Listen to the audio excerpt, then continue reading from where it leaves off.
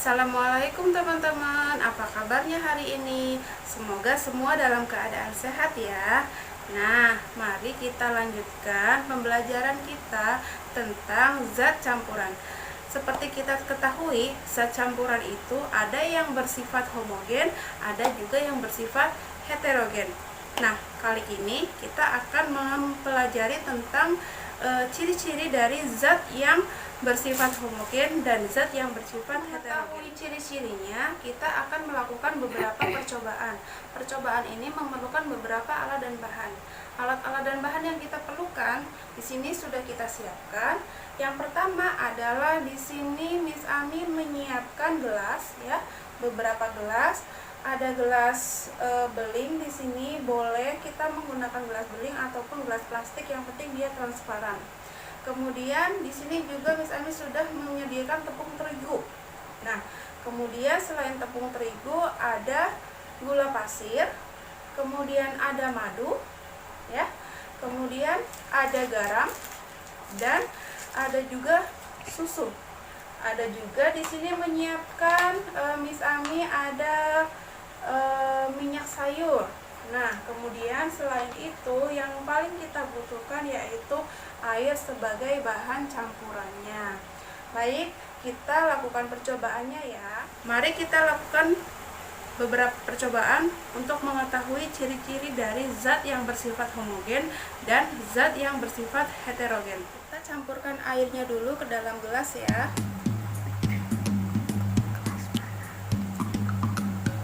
Sedikit-sedikit aja.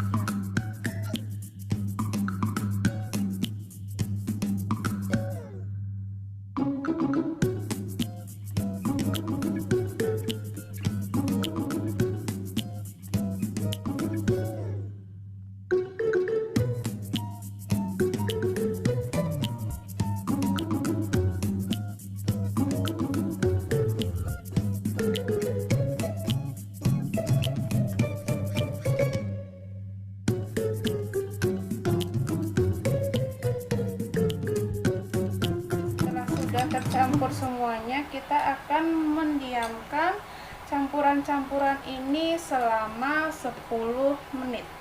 Kita tunggu ya sampai 10 menit ya. Teman-teman, kita sudah mendiamkan zat yang telah kita campur tadi selama 10 menit. Mari kita lihat hasilnya. Nah, teman-teman, setelah 10 menit kita sudah melihat hasilnya. Kita sudah bisa melihat mana yang merupakan campuran homogen dan mana yang merupakan campuran heterogen. Ternyata di sini ada oralit yang sudah kita buat, dia merupakan zat yang bersifat homogen. Kita pisahkan ya.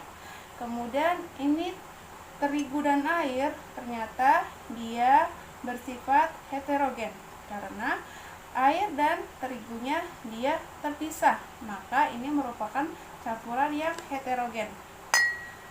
Kemudian untuk air dan susu, di sini susu cair, dia merupakan campuran yang bersifat homogen. Nah, selanjutnya madu dan gula, karena dia tercampur secara merata, dia juga bersifat homogen. Kemudian yang terakhir ada air dan minyak. Nah, teman-teman lihat di sini. Nah, tuh. Ya. Di sini minyaknya itu terpisah dengan air, maka dia bersifat heterogen.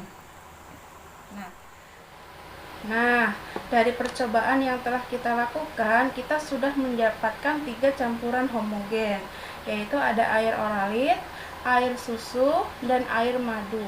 Jadi, kita dapat menyimpulkan bahwa ciri-ciri dari zat yang bersifat homogen adalah seluruh bagiannya selalu sama dan tercampur rata, sehingga zat-zat penyusunnya tidak dapat dibedakan.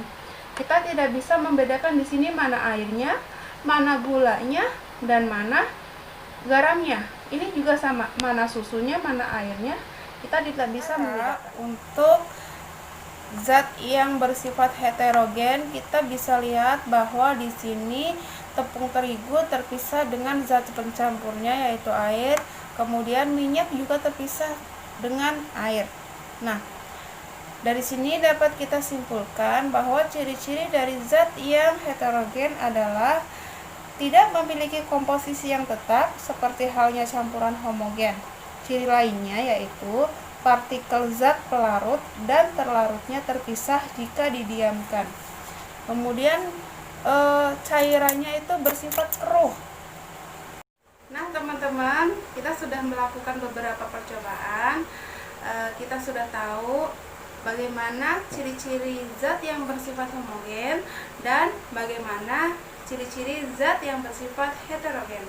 Demikian pembelajaran kali ini, semoga bermanfaat. Wassalamualaikum warahmatullahi wabarakatuh.